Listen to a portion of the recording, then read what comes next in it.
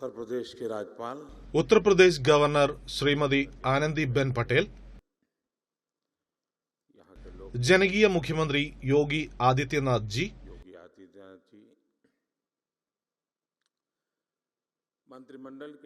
കേന്ദ്ര മന്ത്രിസഭയിലെ എന്റെ സഹപ്രവർത്തകൻ ധർമ്മേന്ദ്ര പ്രധാൻ ജി,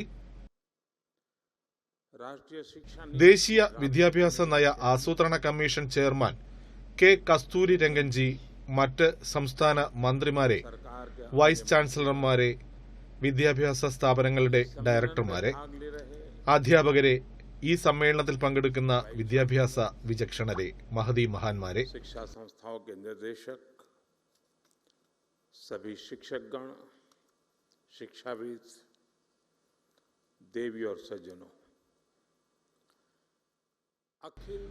നമ്മുടെ രാജ്യം സ്വാതന്ത്ര്യം നേടുന്നതിന് മുമ്പ് പ്രസിദ്ധമായ ഒരു സർവകലാശാല സ്ഥാപിക്കപ്പെട്ട പുണ്യഭൂമിയിലാണ് ഈ അഖില ഭാരതീയ ശിക്ഷാ സംഗമം സംഘടിപ്പിച്ചിരിക്കുന്നത്. രാജ്യം സ്വാതന്ത്ര്യത്തിന്റെ അമൃത മഹോത്സവം ആഘോഷിക്കുന്ന വേളയിലാണ് ഈ സമ്മേളനം നടക്കുന്നത്. ഈ അമൃതകാലത്ത് രാജ്യത്തിന്റെ മഹനീയമായ പ്രതിജ്ഞകൾ നിറവേറ്റാനുള്ള ഉത്തരവാദിത്വം നമ്മുടെ വിദ്യാഭ്യാസ സംവിധാനത്തിലാണ്, നമ്മുടെ യുവതലമുറയിലാണ് നിക്ഷിപ്തമായിരിക്കുന്നത്. ഉപനിഷത്തിൽ പറഞ്ഞിരിക്കുന്നു, हमारी शिक्षा व्यवस्था पर है, हमारी युवा पीढ़ी पर है. हमारे यहाँ उपनिषदों में भी कहा गया है, വിദ്യ അമൃതം അശ്നുതേ എന്ന്, അതായത് അറിവ് അമരത്വത്തിലേക്കും അമൃതിലേക്കും നയിക്കുന്നു, രക്ഷയുടെ നഗരം എന്നാണ് കാശി അറിയപ്പെടുന്നത്. കാരണം സ്വാതന്ത്ര്യത്തിലേക്കുള്ള ഏക മാർഗം ജ്ഞാനമാണ്. मुक्ति का एकमात्र मार्ग ज्ञान को, विद्या को ही माना गया है. और इसलिए അതിനാൽ ജ്ഞാനകേന്ദ്രമായ കാശിയിൽ വിദ്യാഭ്യാസത്തിന്റെയും ഗവേഷണത്തിന്റെയും പഠനത്തിന്റെയും അറിവിന്റെയും മഹത്തായ മഥനം നടക്കുമ്പോൾ അതിൽ നിന്ന് ബഹിർഗമിക്കുന്ന അമൃത് രാജ്യത്തിന് പുതിയ ദിശാബോധം നൽകുമെന്നത് തീർച്ചയാണ്. अवश्य देश को नई दिशा देगा.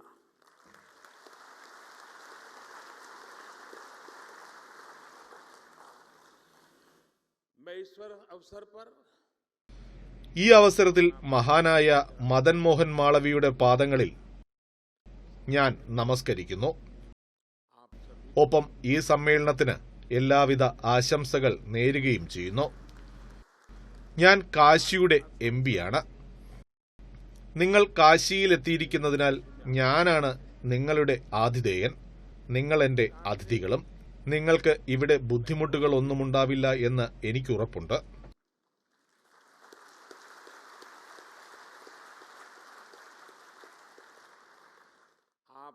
കാരണം മികച്ച ക്രമീകരണങ്ങൾ ഇവിടെ ചെയ്യാനാണ് എല്ലാവരും ശ്രമിക്കുന്നത്.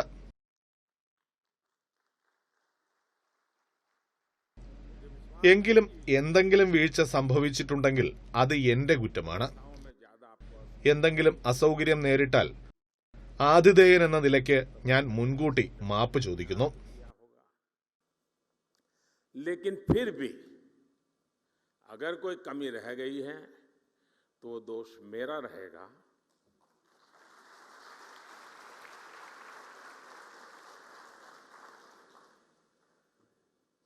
और एक होस्ट के नाते कोई भी आपको असुविधा हो जाए तो उसकी क्षमा मैं पहले से मांग लेता हूं.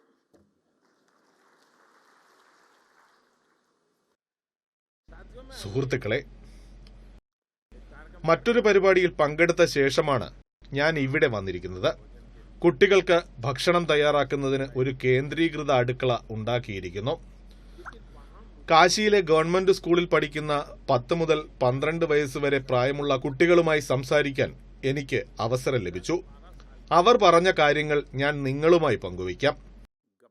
ഇന്ന് കണ്ട കുട്ടികളുടെ അധ്യാപകരെ അടുത്ത തവണ ഇവിടെ വരുമ്പോൾ കാണാൻ ഞാൻ ആഗ്രഹിക്കുന്നു. എന്തുകൊണ്ടാണ് ഈ ചിന്ത എന്നിലുണ്ടായതെന്ന് ഞാൻ 15 മിനിറ്റേ അവരുമായി സംസാരിച്ചുള്ളൂ. പക്ഷേ അത് എന്റെ മനസ്സിൽ മായാത്ത മുദ്ര പതിപ്പിച്ചിരിക്കുന്നു.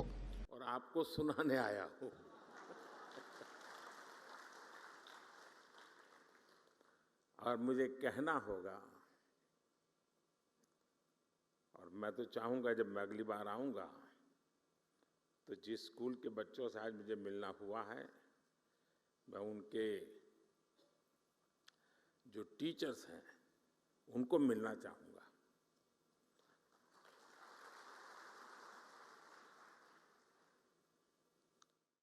आप कल्पना कर വളരെ സാധാരണമായ ജീവിത സാഹചര്യങ്ങളിൽ നിന്ന് സർക്കാർ സ്കൂളുകളിൽ വന്ന് പഠിക്കുന്ന അവരുടെ കഴിവ്, ആത്മവിശ്വാസം, അവർക്കിടയിലെ വൈവിധ്യം തുടങ്ങിയവയാണ് അതിന് കാരണം. നിങ്ങളുടെ പേരക്കുട്ടിക്കും അത്തരം കഴിവുകളുണ്ടെങ്കിൽ നിങ്ങളുടെ വീട്ടിൽ ഒരു അതിഥി വരുമ്പോൾ ആ കഴിവ് ഒന്ന് പ്രദർശിപ്പിക്കാൻ തീർച്ചയായും അവരോട് നിങ്ങൾ പറയും. सामान्य परिवार के बच्चों की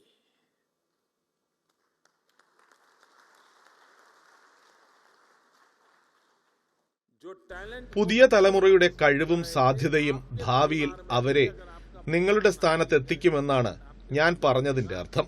जब भी मेहमान घर में आएंगे അപ്പോൾ നിങ്ങൾ അവിടെ കാണില്ല. പക്ഷേ നിങ്ങൾ പടുത്തുയർത്തിയ സ്ഥാപനങ്ങൾ അത്തരം കുട്ടികളെ കാലാകാലങ്ങളിൽ സ്വീകരിച്ചുകൊണ്ടേയിരിക്കും. അവർക്ക് ഒന്നും നഷ്ടപ്പെടുന്നില്ല എന്ന് ഉറപ്പാക്കാനുള്ള വലിയ ഉത്തരവാദിത്വം തീർച്ചയായും നിങ്ങളുടേതാണ്. ഇവിടെ അടുത്ത 3 ദിവസം നടക്കുന്ന ചർച്ചകൾ ദേശീയ വിദ്യാഭ്യാസ നയത്തിന്റെ നിർവഹണം സംബന്ധിച്ച് ഫലപ്രദമായ ദിശാബോധം നൽകുമെന്ന് എനിക്കുറപ്പുണ്ട്. प्रतिभा के बच्चे आने वाले दिनों में आने वाले हैं, उनको वहां कमी नजर ना आए, ये काम सबसे बड़ा आपके जिम्मे है.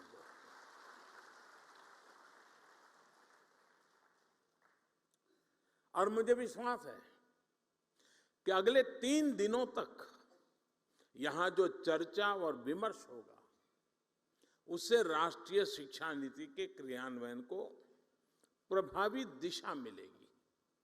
साथियों, आप सभी जानते हैं कि നിങ്ങൾക്കറിയാവുന്ന പോലെ ഇടുങ്ങിയ ചിന്താഗതികളിൽ നിന്ന് शिक्षा വിദ്യാഭ്യാസ മേഖലയെ വിമുക്തമാക്കി उचित सोच 21ാം നൂറ്റാണ്ടിന്റെ ആധുനിക ആശയങ്ങളോട് സമന്വയിപ്പിക്കുക എന്നതാണ് ദേശീയ വിദ്യാഭ്യാസ നയത്തിന്റെ അടിസ്ഥാന വ്യവസ്ഥ. विचारों से जोड़ना है. हमारे നമ്മുടെ രാജ്യത്ത് കഴിവിനും ബുദ്ധിക്കും ഒരു ക്ഷാമവുമില്ല. നിർഭാഗ്യവശാൽ നാം പിന്തുടർന്നു പോരുന്ന വിദ്യാഭ്യാസ സമ്പ്രദായം बनाकर दी गई ജോലി സമ്പാദനം മാത്രം ലക്ഷ്യമാക്കിയുള്ളതാണ്. मतलब केवल ബ്രിട്ടീഷുകാരാണ് അവരുടെ ഭരണകാലത്ത് അവരുടെ ആവശ്യങ്ങൾക്ക് വേണ്ടി ദാസ്യ വിഭാഗത്തെ സൃഷ്ടിക്കുന്നതിനായി गुलामी ഈ വിദ്യാഭ്യാസ സമ്പ്രദായം നടപ്പിലാക്കിയത്. अंग्रेजों ने സ്വാതന്ത്ര്യ ലബ്ധിക്ക് ശേഷം ചെറിയ മാറ്റങ്ങളോടെ അത് തന്നെ തുടർന്നു. एक सेवक ബ്രിട്ടീഷുകാർ സൃഷ്ടിച്ച സമ്പ്രദായം ഇന്ത്യൻ സംസ്കാരത്തിന്റെ ഭാഗമായിരുന്നില്ല. അതിന് സാധിക്കുകയുമില്ല. इसमें രാജ്യത്തിന്റെ ചരിത്രം നോക്കിയാൽ നമ്മുടെ വിദ്യാഭ്യാസത്തിൽ लेकिन बहुत വിവിധ കലാസങ്കല്പങ്ങൾ ഉണ്ടായിരുന്നു. अब अंग्रेजों ഇതിന്റെ ജീവിക്കുന്ന ഉദാഹരണമാണ് ബനാറസ്. भारत के ബനാറസ് വിജ്ഞാന കേന്ദ്രമായിരുന്നു. और न കാരണം ഇവിടെ മികച്ച ഗുരുകുലങ്ങളും വിദ്യാഭ്യാസ സ്ഥാപനങ്ങളും ഉണ്ടായിരുന്നു. ഇവിടത്തെ അറിവും വിദ്യാഭ്യാസവും ബഹുമുഖവും ബഹുഭുജവും ആയിരുന്നു. ഈ വൈവിധ്യമായിരിക്കണം നമ്മുടെ വിദ്യാഭ്യാസ സമ്പ്രദായത്തിന്റെ പ്രചോദന സ്രോതസ്. യുവാക്കളെ നാം വെറും ബിരുദധാരികളാക്കരുത്.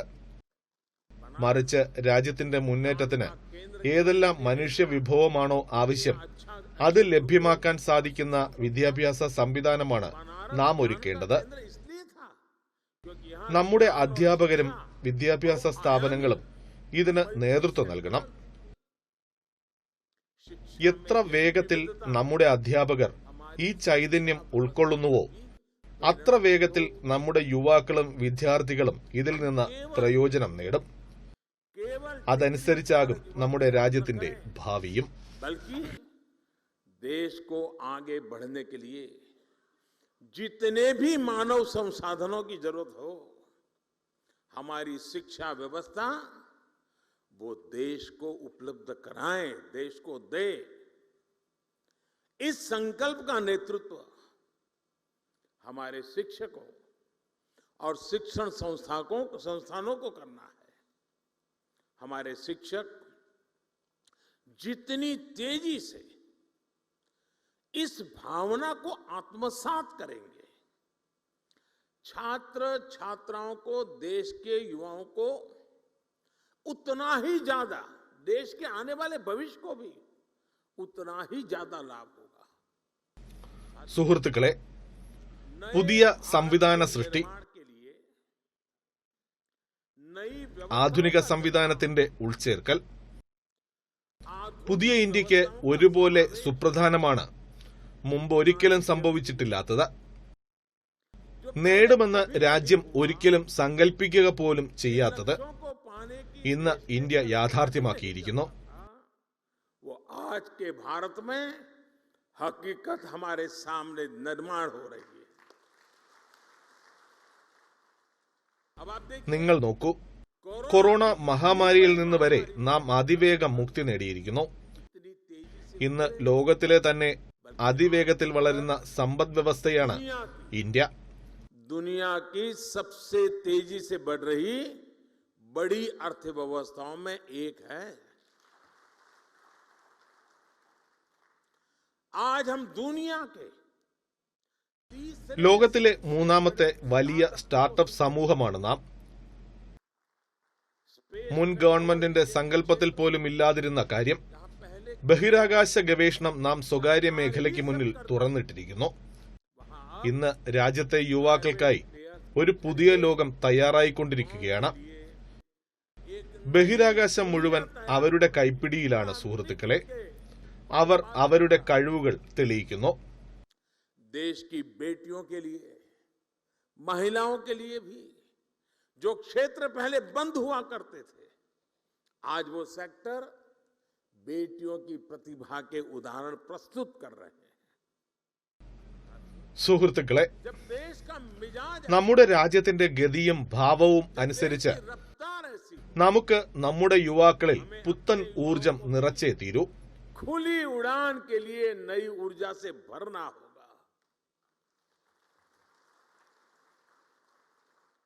എങ്കിൽ മാത്രമേ അവരുടെ സ്വപ്നങ്ങൾക്ക് ചിറകുകൾ നൽകുവാൻ അവർക്ക് സാധിക്കൂ.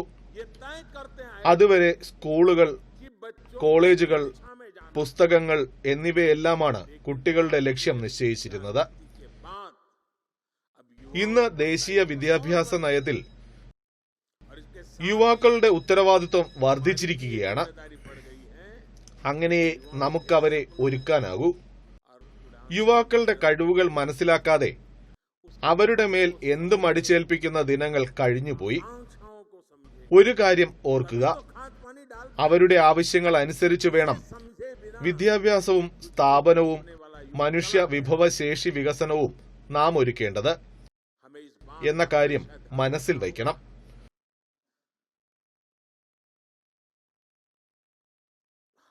കുട്ടികളുടെ കഴിവും താല്പര്യവും അനുസരിച്ച് അവർ വൈദഗ്ധ്യം നേടട്ടെ. അതിലാണ് പുതിയ വിദ്യാഭ്യാസ നയത്തിന്റെ ഊന്നൽ. യുവാക്കൾ വിദഗ്ധ പരിശീലനവും ആത്മവിശ്വാസവും പ്രായോഗികതയും അവലോകനശേഷിയും നേടട്ടെ. അവയ്ക്കാണ് വിദ്യാഭ്യാസ നയം പശ്ചാത്തലമൊരുക്കുന്നത്. बच्चों की प्रतिभा और चॉइस के हिसाब से उन्हें स्किल्ड बनाने पर है. हमारे युवा स्किल्ड हो, कॉन्फिडेंट हो, प्रैक्टिकल हो, कैलकुलेटिव हो. शिक्षा नीति इसके लिए जमीन तैयार कर रही है. साथियों, രാജ്യത്ത് നടക്കുന്ന അതിവേഗത്തിലുള്ള മാറ്റങ്ങളുടെ മധ്യേ വിദ്യാഭ്യാസ സമ്പ്രദായത്തിന്റെ പ്രാധാന്യമെന്തെന്ന് കാണിക്കുന്നതിനും മഹത് വ്യക്തികൾ എന്തിന് അതുമായി സഹകരിക്കണം എന്നതിനും ഞാനൊരു ഉദാഹരണം നൽകാം. ഗുജറാത്തിൽ മുഖ്യമന്ത്രിയായിരുന്ന കാലത്ത് എന്റെ അനുഭവം പങ്കുവയ്ക്കട്ടെ. മുഖ്യമന്ത്രിയായിരുന്നപ്പോൾ എനിക്കൊരു ഭരണ പരിചയവുമില്ല. പൊടുന്നനെയാണ് ഈ ഉത്തരവാദിത്വം എന്നിൽ നിക്ഷിപ്തമായത്. ഞാൻ ഒരാശയം കണ്ടെത്തി. എല്ലാ സെക്രട്ടറിമാരെയും വിളിച്ചുകൂട്ടി അവരുടെ വകുപ്പുകളുടെ മുഖ്യമന്ത്രിമാരായിരിക്കും അവർ എന്ന് ഞാൻ പറഞ്ഞു. അടുത്ത 5 വർഷത്തേക്ക് അവർ അവരുടെ വകുപ്പുകളിൽ എന്തെല്ലാമാണ് ചെയ്യാൻ പോകുന്നതെന്ന് വിവരിക്കാൻ ആവശ്യപ്പെട്ടു. എന്തായിരിക്കും നിങ്ങളുടെ നേട്ടം? അത് എപ്രകാരം ഗുജറാത്തിലെ ജനങ്ങൾക്ക് പ്രയോജനപ്പെടും?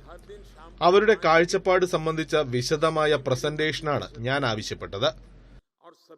എല്ലാ വകുപ്പ് സെക്രട്ടറിമാരും മന്ത്രിമാരും എല്ലാ ദിവസവും വൈകിട്ട് 5-ന് സമ്മേളിക്കണം. ഓരോ സെക്രട്ടറിമാരും വിശദമായ വിഷയാവതരണം നടത്തണം. അത് മറ്റുള്ളവർ ചർച്ച ചെയ്യണം. മീറ്റിംഗിൽ നിന്ന് ആരും വിട്ടുനിൽക്കാൻ പാടില്ല. ചർച്ചകളിൽ എല്ലാ മന്ത്രിമാരും പങ്കെടുക്കണം. ഞാനും ഉണ്ടാവും.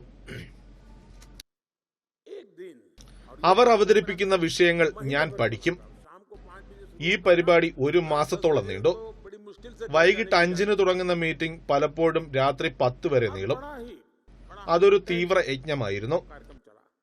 ഇന്ത്യയുടെ ചരിത്രത്തിൽ ആദ്യമായിരുന്നു ഇത്തരമൊരു പരിപാടി.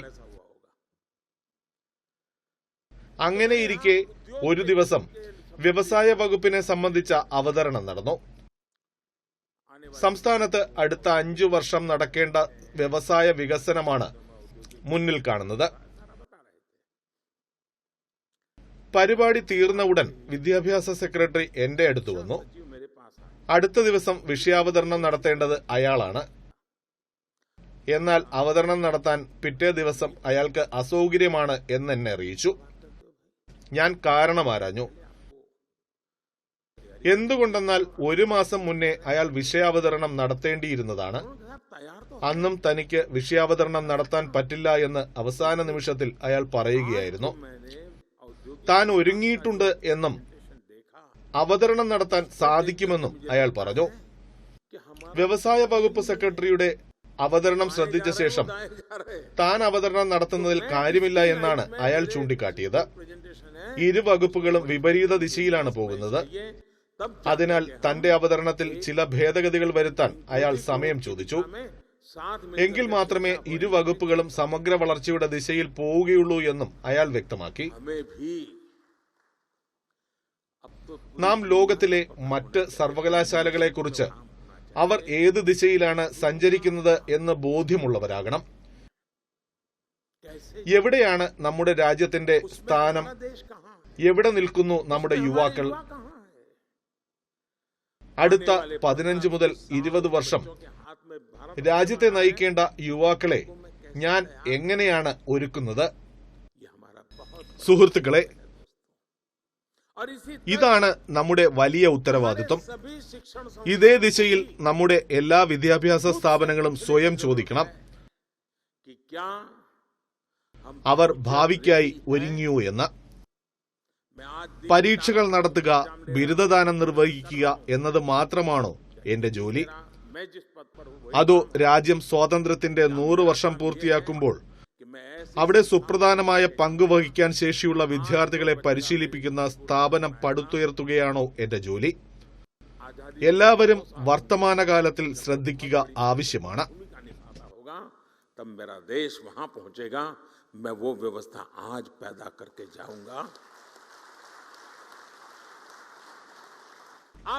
നിങ്ങളുടെ പൂർവികരുടെ ജോലികൾ നിങ്ങളും തുടരണം. അതനുസരിച്ച് ഇന്ന് പ്രവർത്തിച്ചുകൊണ്ടിരിക്കുന്നവർ ഭാവിയെക്കുറിച്ചും വികസന സംവിധാനത്തെക്കുറിച്ചും ചിന്തിക്കണം. ഞാൻ നേരത്തെ പറഞ്ഞതുപോലെ ഞാൻ ഇന്ന് ഏതാനും വിദ്യാർത്ഥികളുമായി സംവദിക്കുകയും അവരുടെ ജിജ്ഞാസകൾ നേരിട്ട് അറിയുകയും ചെയ്തു. വീടുകളിൽ കൊച്ചുമക്കളുടെ സമാന ചോദ്യങ്ങൾ അഭിമുഖീകരിക്കുമ്പോൾ നിങ്ങൾക്കും ഇത്തരം അനുഭവങ്ങൾ ഉണ്ടായിട്ടുണ്ടാകാം. ആ ചോദ്യങ്ങൾക്ക് ഉത്തരം പറയാൻ നിങ്ങളും ഒരു നിമിഷം ആലോചിച്ചു നിന്നിരിക്കാം. ആ ചോദ്യങ്ങൾ ഒരു വേള ഉപദ്രവമായി നിങ്ങൾക്ക് തോന്നിയിരിക്കാം. പക്ഷെ സത്യത്തിൽ അവർ നിങ്ങളെ ഉപദ്രവിക്കുകയല്ല ചെയ്യുന്നത്. ആ ചോദ്യത്തിന് ഉത്തരം നൽകാൻ നിങ്ങൾക്ക് സാധിക്കാത്തതാണ് വാസ്തവം. ഇത് നിങ്ങൾ എല്ലാവരും വീടുകളിൽ അനുഭവിച്ചിട്ടുണ്ട്. ഇന്നത്തെ തലമുറ 100 കൂട്ടം ചോദ്യങ്ങളുമായി ഗൂഗിളിലൂടെ ഉത്തരം അന്വേഷിച്ചു പോവുകയാണ്. അവർ നിങ്ങളുടെ വിജ്ഞാനത്തെ ചോദ്യം ചെയ്യുന്നു. കാരണം അവർക്ക് കൂട്ടിന് ഗൂഗിൾ ഉണ്ട്. കുട്ടികൾ നിങ്ങളെ എതിർക്കുന്നു. 10 വർഷം കഴിഞ്ഞ് ഈ കുട്ടികൾ നിങ്ങളുടെ സർവകലാശാലകളിലെത്തിയാൽ നിങ്ങൾക്ക് എന്ത് സംഭവിക്കും? അതിനാൽ ഇപ്പോൾ മുതൽ നാം തയ്യാറാകുക. വീട്ടിൽ പോലും കുട്ടികളുമായി നിങ്ങൾക്ക് യോജിച്ചു പോകാൻ സാധിക്കുന്നില്ല. പുതിയ ചിന്തകളുമായി കോളേജിലും സ്കൂളിലും വരുന്ന യുവതലമുറയുടെ പ്രതീക്ഷയ്ക്കൊത്ത് ഉയരാൻ സാധിച്ചില്ലെങ്കിൽ നിങ്ങൾ വലിയ അനീതിയാകും പ്രവർത്തിക്കുക. അതിനാൽ ഭാവിയെയും വികസന സംവിധാനത്തെയും യഥാവിധി മനസ്സിലാക്കുക അത്യാവശ്യമാണ്. ഡിജിറ്റൽ ഇന്ത്യ പ്രചരണ പരിപാടിയുടെ ഭാഗമായി ഏതാനും ദിവസം മുമ്പാണ് ഗാന്ധിനഗറിൽ നടന്ന ഒരു പ്രദർശനം കാണാൻ എനിക്ക് അവസരം ലഭിച്ചത്. അവിടെ ഗവൺമെന്റ് സ്കൂളിലെ കുറെ കുട്ടികളും ഉണ്ടായിരുന്നു. 10, 11, 12 ക്ലാസുകളിൽ പഠിക്കുന്നവർ. അവർ അവരുടെ പ്രോജക്റ്റുകളും അതിലെ ആശയങ്ങളും നോക്കിക്കാണുന്നത് എന്നെ വല്ലാതെ ആകർഷിച്ചു. അത്ര ചെറുപ്പത്തിലെ അവർ പ്രദർശിപ്പിച്ച ഗവേഷണ സാധ്യതകളും അവരുടെ കണ്ടുപിടുത്തങ്ങളും കണ്ട് ഞാൻ അമ്പരന്നുപോയി. പലർക്കും താല്പര്യം ജെനറ്റിക്സിലും ബയോടെക്നോളജിയിലുമായിരുന്നു. ക്ലാസ്സിൽ ശാസ്ത്രത്തിന്റെ അടിസ്ഥാന പ്രമാണങ്ങൾ പഠിക്കുമ്പോൾ തന്നെ അവർ ജീൻ മാപ്പിംഗിനെ കുറിച്ചും ക്രോമാറ്റോഫിയെ കുറിച്ചും ജനറ്റിക് ലൈബ്രറിയെ കുറിച്ചും സംസാരിക്കുന്നു. അന്തരം എത്ര വലുതാണ് എന്ന് ചിന്തിച്ചു നോക്കുക. അവരുടെ ആധുനിക ചിന്തകൾക്ക് അനുസൃതമായി നമ്മുടെ വിദ്യാഭ്യാസ സ്ഥാപനങ്ങൾ ഒരുങ്ങിയെങ്കിലെന്ന് ഞാൻ അത്ഭുതപ്പെട്ടു. ഈ കുട്ടികൾ ഉന്നത വിദ്യാഭ്യാസത്തിന് വരുന്നതുവരെ നാം കാത്തുനിന്നാൽ സുഹൃത്തുക്കളെ, അപ്പോഴേക്കും ലോകം വളരെ മുന്നോട്ടു പോയിരിക്കും. അതിനാൽ അവരെ നയിക്കാൻ നാം ഇപ്പോഴേ തയ്യാറാകണം. അത്തരം സംവിധാനങ്ങൾ നമ്മുടെ സ്ഥാപനങ്ങളിൽ സൃഷ്ടിക്കണം. बहुत आगे निकल जाएगी दोस्तों. इसलिए हमें ये अभी से सोचना होगा कि जिस उम्र में भी बच्चों के मन में मोटिवेशन है, उसी उम्र में उन्हें गाइडेंस और रिसोर्स मिले, इसका प्रबंध हमने सोचना पड़ेगा. हमें अपने संस्थान में ऐसी व्यवस्था तैयार करने पर काम करना चाहिए. साथियों, इस महीने के आखिर में ദേശീയ വിദ്യാഭ്യാസ നയം നിലവിൽ വന്നിട്ട് ഈ മാസം അവസാനത്തോടെ, അതായത് ജൂലൈ 29-ന് 2 വർഷമാകും. സുദീർഘമായ ബോധവൽക്കരണത്തിന് ശേഷമാണ് ഈ നയം ക്രോഡീകരിച്ചത് എന്ന് ധർമ്മേന്ദ്രജി ഇപ്പോൾ പറഞ്ഞതേയുള്ളൂ. വളരെ സമർത്ഥമായ നേതൃത്വമാണ് കസ്തൂരി രംഗൻജി ഇതിന് നൽകിക്കൊണ്ടിരിക്കുന്നത്. അദ്ദേഹം കാരണമാണ് ഇത് സാധ്യമായത് തന്നെ. ഇത്രമാത്രം വൈവിധ്യമായ ഒരു രാജ്യത്ത് ദേശീയ വിദ്യാഭ്യാസ നയത്തിന് സ്വീകാര്യം ലഭിച്ചത് തന്നെ മഹത്തായ നേട്ടമാണ്. അതിന്റെ പ്രത്യേകത നോക്കുക. അതിന് പിന്നിൽ വലിയ ബോധവൽക്കരണം ഉണ്ടായിട്ടുണ്ട്. ഗവൺമെന്റാണ് അത് തയ്യാറാക്കിയത്. ഒരിക്കൽ ആ രേഖകൾ തയ്യാറായാൽ അത് കാലത്തിന്റെയും വ്യക്തികളുടെയും കാരുണ്യത്തിന് വിട്ടുകൊടുക്കും. കുറച്ചുനാൾ മേശപ്പുറത്തും അലങ്കരിക്കും. പിന്നീട് പുതിയ രേഖകൾ വരും, അതിന് പകരമാകും. കാര്യങ്ങൾ അവിടെ തീരുന്നു. ഈ സംസ്കാരം നിങ്ങളും അനുഭവിച്ചിട്ടുള്ളതാണ്. പക്ഷേ ഞങ്ങൾക്ക് അത് അനുവദിക്കാനാകില്ല. ദേശീയ വിദ്യാഭ്യാസ നയത്തെ ഞങ്ങൾ അനുനിമിഷം സജീവമാക്കി നിർത്തുന്നു. ഈ കുറഞ്ഞ കാലത്തിനിടെ ഞാൻ തന്നെ ഇതുമായി ബന്ധപ്പെട്ട് ഏതാണ്ട് 25 സെമിനാറുകളിൽ പങ്കെടുത്തു എന്നാണ് എന്റെ ഓർമ്മ. അതിലെല്ലാം ഞാൻ പ്രസംഗിക്കുകയും ചെയ്തിട്ടുണ്ട്. റിപ്പോർട്ട് സമർപ്പിച്ച ശേഷം കസ്തൂരി രംഗൻജി തന്നെ ജീവിതത്തിന്റെ വ്യത്യസ്ത തുറകളിലുള്ള അനേകം ആളുകളുമായി നേരിട്ട് സംസാരിക്കുകയും അഭിപ്രായങ്ങൾ ആരായുകയും ചെയ്തിട്ടുണ്ട്. അദ്ദേഹം ഈ നയത്തിന്റെ വിശദീകരണങ്ങളും കാഴ്ചപ്പാടുകളും പശ്ചാത്തലവും എല്ലാം നൽകുകയും ചെയ്തു. എല്ലാ ഗവൺമെന്റ് വകുപ്പുകളും ഇതുമായി ബന്ധപ്പെട്ട് ജനങ്ങളുമായി സംവദിക്കുന്നുണ്ട്. 30 വർഷങ്ങൾക്ക് ശേഷമാണ് വിദ്യാഭ്യാസ നയത്തിൽ തിരുത്തലുകൾ വരുത്തുന്നത്. അടുത്ത 3 ദിവസങ്ങൾ നിങ്ങൾ വീണ്ടും അതിന്റെ താളുകളിലൂടെ കടന്നുപോകും. ഇതിന്റെ ഒടുവിൽ ഇനി സർവകലാശാലകളിൽ നിങ്ങൾ ഇതുപോലുള്ള ബോധവൽക്കരണം നടത്തുന്നതിനുള്ള പദ്ധതികൾ തയ്യാറാക്കണം. और इसके इम्प्लीमेंटेशन അല്ലാതെ ഇവിടെ പറഞ്ഞവ കേട്ടിട്ട് മാത്രം പോകരുത്. उसकी ഈ നയം നിങ്ങൾ സഹപ്രവർത്തകരുമായി ചർച്ച ചെയ്യണം. എങ്കിൽ മാത്രമേ ഇത് പ്രയോജനപ്പെടൂ. अपने ഇത് നടപ്പാക്കുമ്പോൾ ഉയർന്നേക്കാവുന്ന വെല്ലുവിളികളെ നിങ്ങൾ മുൻകൂട്ടി കാണണം. समस्या समझ करके यार मैं कहां पढ़ूं इसमें, तो समाधान कभी नहीं निकलता है. साथियों, इन 2 सालों में देश राष्ट्रीय शिक्षा नीति को लागू करने की दिशा में कई ठोस कदम उठा चुका है. इस दौरान ഒരാൾ സ്വന്തം കൈകൾ കൊണ്ട് ജോലി ചെയ്യുമ്പോൾ പ്രശ്ന പരിഹാരങ്ങളും വേഗത്തിൽ ഉരുത്തിരിഞ്ഞു വരും. बड़ी मदद की है. देश ആരെങ്കിലും പ്രശ്ന പരിഹാരത്തിനുള്ള പരിശ്രമങ്ങൾ നടത്താത്ത പക്ഷം പ്രശ്നം അങ്ങനെ തന്നെ അവശേഷിക്കും. शिक्षाविदों के साथ जो സുഹൃത്തുക്കളെ, उसने भी इसी गति को പുതിയ വിദ്യാഭ്യാസ നയം നടപ്പാക്കുന്നതിന് രാജ്യം കഴിഞ്ഞ 2 വർഷമായി നിരവധി നടപടികൾ സ്വീകരിച്ചിട്ടുണ്ട്. भी बुलाया था. जैसे आपके साथ ഇതിനിടെ പല ശില്പശാലകളും നടന്നു. लगातार സ്വദേശത്തും വിദേശത്തുമുള്ള വിദ്യാഭ്യാസ വിചക്ഷണരുമായും ചർച്ചകൾ നടത്തി. सरकार कैसे कर पाए, വിദ്യാഭ്യാസ മന്ത്രിയും ഞാനുമായും ചർച്ചകൾ നടന്നു. स्तर पर इस दिशा में कई 5 ദിവസം മുമ്പുമുണ്ടായിരുന്നു ഒരു മീറ്റിംഗ്. आज सभी के प्रयासों का അന്ന് ധർമ്മേന്ദ്രജി വിളിച്ചുകൂട്ടിയത് खासकर देश സംസ്ഥാന വിദ്യാഭ്യാസ മന്ത്രിമാരെയാണ്. गांव में भागीदार बन നയം 100% വിജയകരമായി നടപ്പാക്കുന്നു എന്ന് ഉറപ്പാക്കാനുള്ള പരിശ്രമങ്ങളാണ് ഇതെല്ലാം. എല്ലാ സംസ്ഥാന ഗവൺമെന്റുകളും അവരുടേതായ നിലയിൽ ഈ ദിശയിൽ നിരവധി സുപ്രധാന നടപടികൾ സ്വീകരിച്ചിട്ടുണ്ട്. आज देश में बड़ी संख्या में സുഹൃത്തുക്കളെ, नए कॉलेज പുതിയ വിദ്യാഭ്യാസ നയം നടപ്പിലാക്കുന്നതുമായി ബന്ധപ്പെട്ട് नए IIT രാജ്യത്ത് വൻതോതിൽ അടിസ്ഥാന സൗകര്യങ്ങൾ വികസിപ്പിച്ചു വരികയാണ്. രാജ്യത്തുടനീളം പുതിയ കോളേജുകൾ, സർവകലാശാലകൾ, IIT-കൾ, IIM-കൾ എന്നിവ സ്ഥാപിച്ചു കഴിഞ്ഞു. अवसर देने के लिए മെഡിക്കൽ കോളേജുകളുടെ എണ്ണത്തിൽ 2014 മുതൽ ഉണ്ടായിരിക്കുന്ന വർധന 55%. भी लागू किया गया है. സർവകലാശാലകളുടെ നിലവാരം ഏകീകരിക്കുന്നതിനായി പൊതു യൂണിവേഴ്സിറ്റി പ്രവേശന പരീക്ഷ ഈ വർഷം മുതൽ തുടങ്ങി. यूनिवर्सिटी रैंकिंग में ഈ ശ്രമങ്ങളുടെ ഭാഗമായി भारतीय संस्थानों की ഇന്ത്യയിലെ പല സർവകലാശാലകളും धीरे ലോക നിലവാരത്തിലേക്ക് ഉയർന്നിട്ടുണ്ട്. ഈ മാറ്റങ്ങൾ തുടക്കം മാത്രം. നമുക്ക് ഈ ദിശയിൽ ഇനിയും ബഹുദൂരം സഞ്ചരിക്കാനുണ്ട്. സുഹൃത്തുക്കളെ, ദേശീയ വിദ്യാഭ്യാസ നയം എല്ലാ വിദ്യാർത്ഥികൾക്കും മാതൃഭാഷയിൽ പഠിക്കാനുള്ള അവസരമൊരുക്കുന്നു എന്നതിൽ എനിക്ക് ആഹ്ലാദമുണ്ട്. संस्कृत जैसी സംസ്കൃതം പോലുള്ള പുരാതന ഭാഷകൾക്ക് ഇനി പ്രോത്സാഹനം ലഭിക്കും. കാശിയിൽ നിന്നുള്ള ഈ തുടക്കം ഇന്ത്യൻ ഭാഷകൾക്ക് പുതിയ ഉണർവ് പകരും.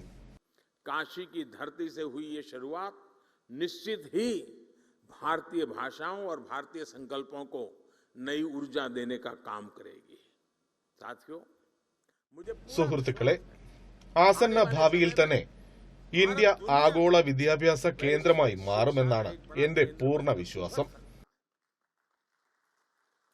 भारत न केवल ലോകത്തിലെ യുവാക്കളുടെ വിദ്യാഭ്യാസ ലക്ഷ്യം മാത്രമല്ല, बल्कि മറ്റ് രാജ്യങ്ങളിൽ ഇന്ത്യയിലെ യുവാക്കൾക്കും അവസരം ലഭിക്കും. अवसर बन सकते हैं. അതിനാൽ അന്താരാഷ്ട്ര നിലവാരത്തിലേക്ക് നമ്മുടെ വിദ്യാഭ്യാസ സമ്പ്രദായം മാറണം. इंटरनेशनल ഈ ദിശയിലാണ് तैयार करना.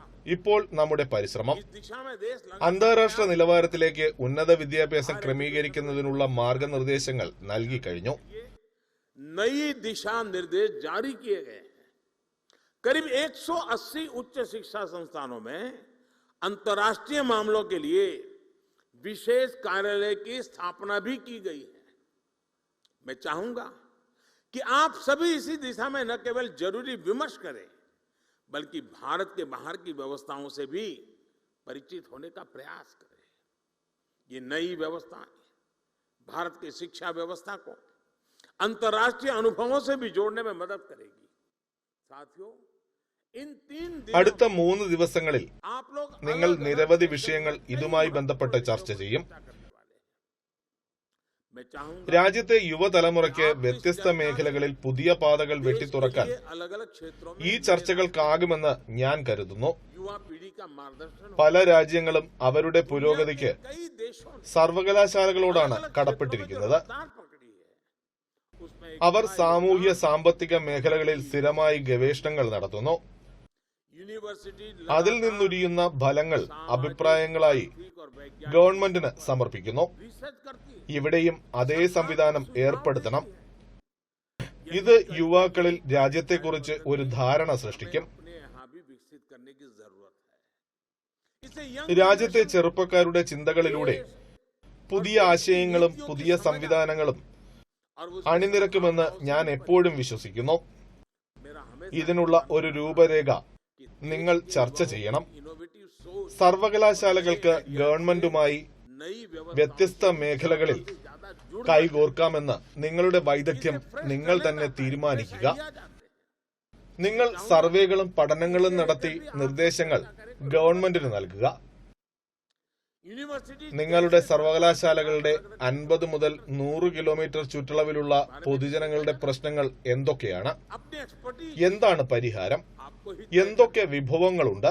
आप जिस അതിന് എന്തെല്ലാം സാധിക്കും? लेकर सर्वे എന്താണ് അവിടെയുള്ള സാധാരണക്കാരുടെ നിലപാട്? आपकी यूनिवर्सिटी നിങ്ങളുടെ വിദ്യാർത്ഥികൾ അത് പഠിച്ച് റിപ്പോർട്ട് തരട്ടെ.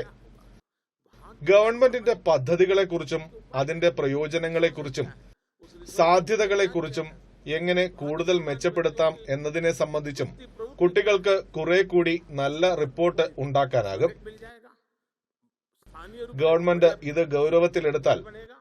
അഭൂതപൂർവമായ ഫലങ്ങൾ ഉണ്ടാകും. अच्छाइयाँ क्या है, कमियां क्या है, सुधार की संभावनाएं क्या है, बढ़िया रिपोर्ट बन सकता है.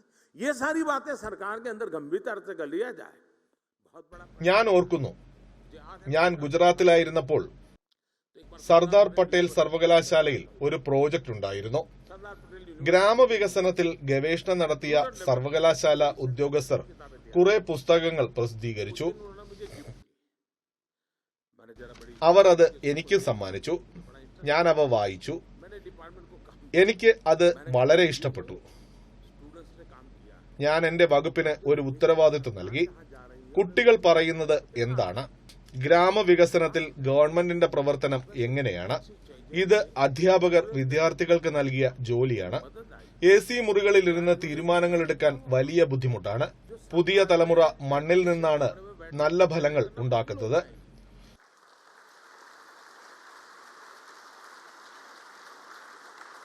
जो फील्ड में നമുക്ക് കാർഷിക സർവകലാശാലയുണ്ട്.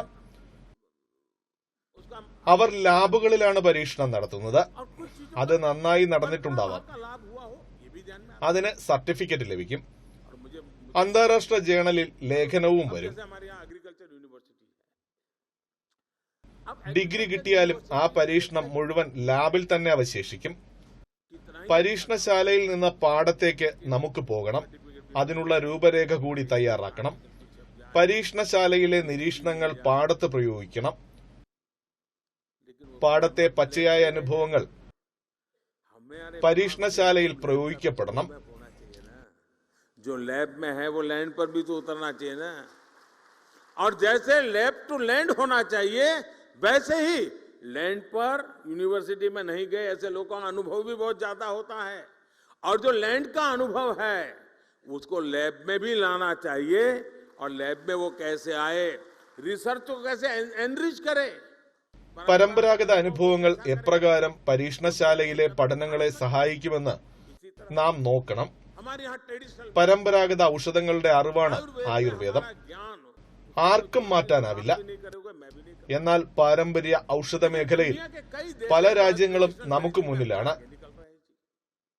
ऐसा ही ഒരു പച്ചില മരുന്ന് വളരെ ഫലപ്രദമാണ് എന്ന് നാം പറയുന്നു. दोनों की जरूरत है. നമുക്ക് ഫലം കിട്ടുന്നുമുണ്ട്. कि भाई मैं ये जड़ी बूटी പക്ഷേ അതിന് തെളിവില്ല. परिणाम അതിനാൽ मिलता है. നമുക്ക് പഠനത്തോടൊപ്പം मान के തെളിവും चलेगा, ആവശ്യമാണ്. सभी यूनिवर्सिटी के रत्न ഇക്കാലത്ത് അതാണ് വേണ്ടത്. यहाँ से सुन करके जाए, നമുക്ക് വിവരശേഖരണം വേണം. मेरे सुन करके चल के चल അത് സംബന്ധിച്ച രേഖകൾ വേണം. कीजिएगा. അവിടെ നിന്നാണ് മാറ്റങ്ങൾ തുടങ്ങുന്നത്. लेकिन നമ്മുടെ സർവകലാശാലകൾക്ക് ഫലങ്ങളുണ്ട്, हमारे തെളിവുകളില്ല. परिणाम के साथ साथ प्रमाण होने തെളിവുകളുടെ അടിസ്ഥാനത്തിലുള്ള പരമ്പരാഗത ഔഷധങ്ങളിൽ നമ്മുടെ സർവകലാശാലകൾ ഗവേഷണങ്ങൾ നടത്തട്ടെ. होना चाहिए कहां से कैसे बदलाव हुआ है. हम भावनाओं के आधार पर दुनिया नहीं बदल सकते जी. दुनिया के सामने उसे मॉडल के रूप में प्रस्तुत नहीं कर सकते. और इसलिए परिणाम होने के बावजूद भी प्रमाण की आवश्यकता आज के विश्व को बहुत जरूरी है. और इसलिए अब हमारी यूनिवर्सिटीज को जो परिणाम से हम परिचित हैं, लेकिन जिसमें प्रमाण का अभाव है, उन प्रमाण की पूर्ति करने के लिए मैकेनिज्म बनाना, व्यवस्थाएं विकसित करना है, परंपराएं विकसित करना, ये आप सब साथियों की मदद के बिना होना नहीं है। एविडेंस बेस्ड ट्रेडिशनल मेडिसिन पर रिसर्च का ये काम भी हमारी यूनिवर्सिटी बहुत अच्छी तरह कर सकती है। साथियों, സുഹൃത്തുക്കളെ, हमारे देश നമ്മുടെ ജനസംഖ്യയാണ് നമ്മുടെ വലിയ ശക്തി. ഇതിനെക്കുറിച്ച് എന്തെങ്കിലും സർവകലാശാല പഠിച്ചിട്ടുണ്ടോ? ലോകത്തിൽ എവിടെയെങ്കിലും ഇത്തരത്തിൽ ജനസംഖ്യയുടെ പ്രയോജനം ഉണ്ടായിട്ടുണ്ടോ? എങ്ങനെയാണ് അവിടെയുള്ള സർവകലാശാലകൾ ഇതിനോട് പ്രതികരിച്ചത്? ഇതിന്റെ പ്രയോജനം എന്തായിരുന്നു?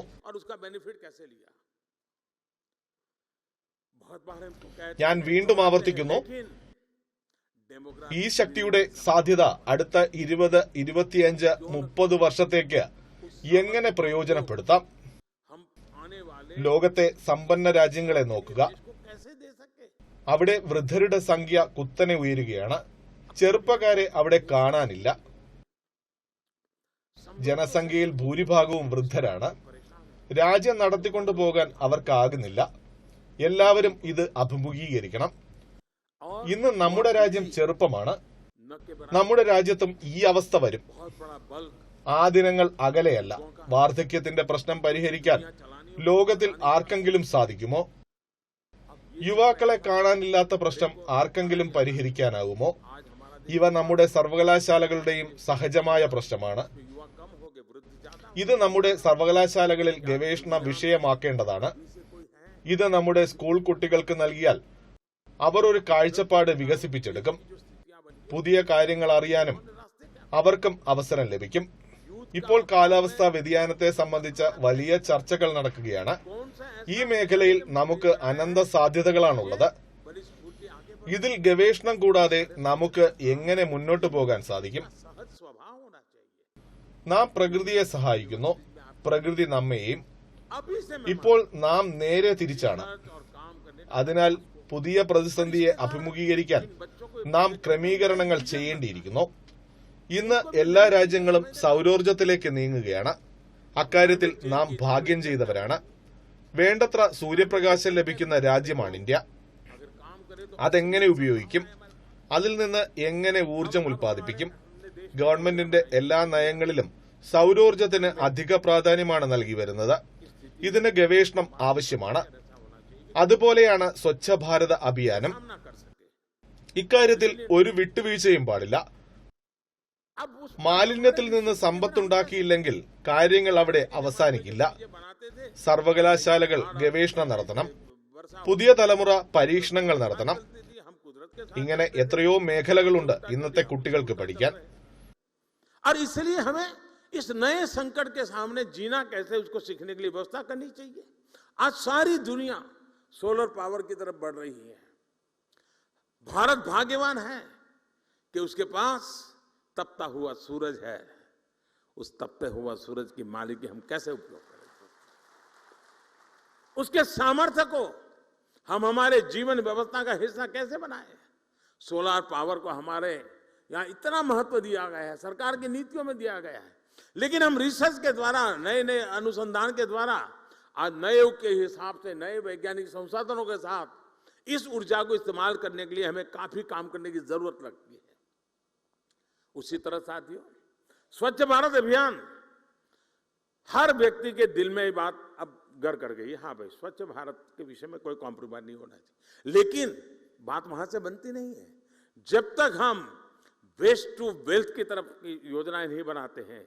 ये जो कूड़ा कचरा निकलता है, उसका सर्कुलर इकोनॉमी क्या हो सकती है, उसका बेस्ट प्रोडक्ट क्या हो सकता है, ये तो यूनिवर्सिटी रिसर्च करके दे सकती है जी. हमारे नए नए लोग होते हैं, प्रयोग करके दे सकते हैं.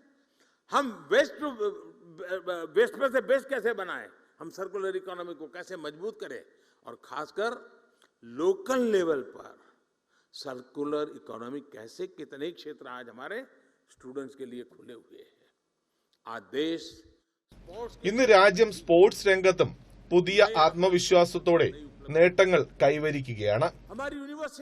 രാജ്യത്ത് പുതിയ സ്പോർട്സ് സർവകലാശാലകൾ തന്നെ ആരംഭിച്ചിട്ടുണ്ട്. കായിക സർവകലാശാലകൾ ആരംഭിക്കുന്നതിന് മുമ്പ് കായിക രംഗത്ത് ഒന്നും ചെയ്യാനില്ല എന്ന ഒരു തോന്നൽ നമ്മുടെ സർവകലാശാലകളിലെ കുട്ടികൾക്കിടയിലുണ്ടായിരുന്നു.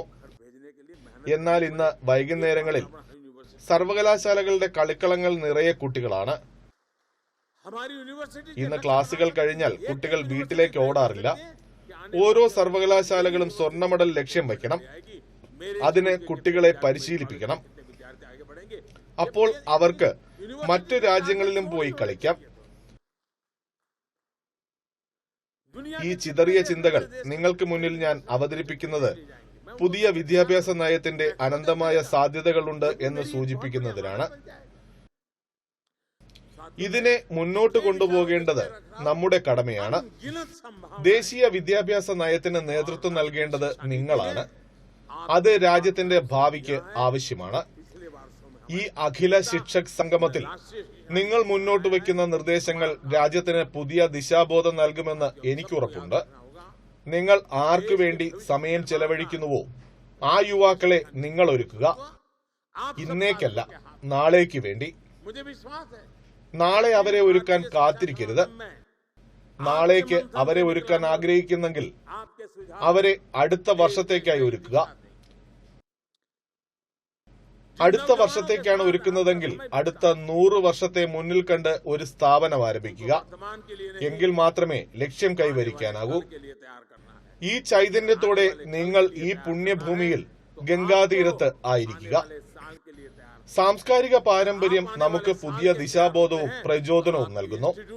പാരമ്പര്യത്തിൽ നിന്ന് ഏതാനും തുള്ളികൾ നിങ്ങൾക്ക് ലഭിച്ചിട്ടുണ്ട്. നിങ്ങളുടെ സർവകലാശാലകളിലെ കുട്ടികളെ ശോഭനമായ ഭാവിയിലേക്ക് രൂപപ്പെടുത്താൻ ഈ അമൃതകാലത്ത് അത് നിങ്ങളെ സഹായിക്കും. सांस्कृतिक पूरी परंपरा हमें नई चेतना और प्रेरणा देने वाली परंपरा है.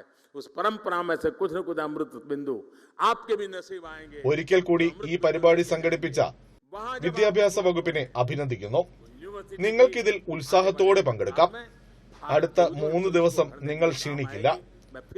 ഇവിടെ വന്നപ്പോൾ മുതൽ ഞാൻ പരിപാടി കാണുന്നുണ്ടായിരുന്നു. 3 ദിവസം കഴിഞ്ഞ് എന്ത് സംഭവിക്കുമെന്ന് എനിക്ക് ഒരു രൂപവും ഉണ്ടായിരുന്നില്ല.